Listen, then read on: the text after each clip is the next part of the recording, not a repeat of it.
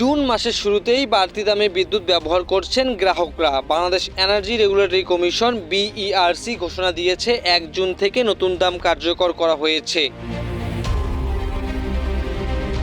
0 থেকে 50 ইউনিট পর্যন্ত লাইফলাইন গ্রাহকের চার্জ 5 টাকা 32 পয়সা, 0 থেকে 75 ইউনিটে 6 টাকা 18 পয়সা, 76 থেকে 200 ইউনিটে 8.5 টাকা, 201 থেকে 300 ইউনিটে 9 টাকা 10 পয়সা, 301 থেকে 400 ইউনিটে 9 টাকা 62 পয়সা, 401 থেকে 600 ইউনিটে 15 টাকা 1 পয়সা, আর 600 ইউনিটের বেশি ব্যবহারে প্রতি ইউনিট 17 টাকা 35 পয়সা।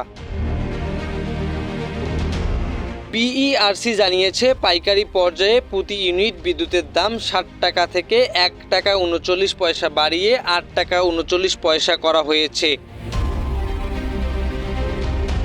আর খুচরা পর্যায়ে প্রতি ইউনিটের দাম 9 টাকা 11 পয়সা থেকে 1 টাকা 52 পয়সা বাড়িয়ে 10 টাকা 63 পয়সা নির্ধারণ করা হয়েছে।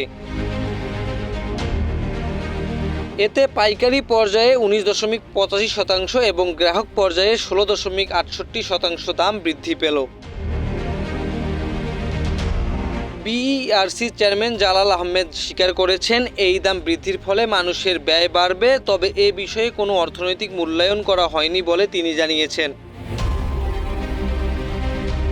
বিদ্যুতের নতুন দাম কার্যকর হওয়ায় সাধারণ গ্রাহক থেকে শুরু করে ব্যবসায়ী সবাইকে বাড়তি চাপ সামলাতে হচ্ছে। অর্থনীতিবিদরা বলেছেন, এ ধরনের সিদ্ধান্তে মানুষের জীবনযাত্রার ব্যয় আরও বেড়ে যাবে। Junayed Rohan, daily Bangladesh media, Dhaka.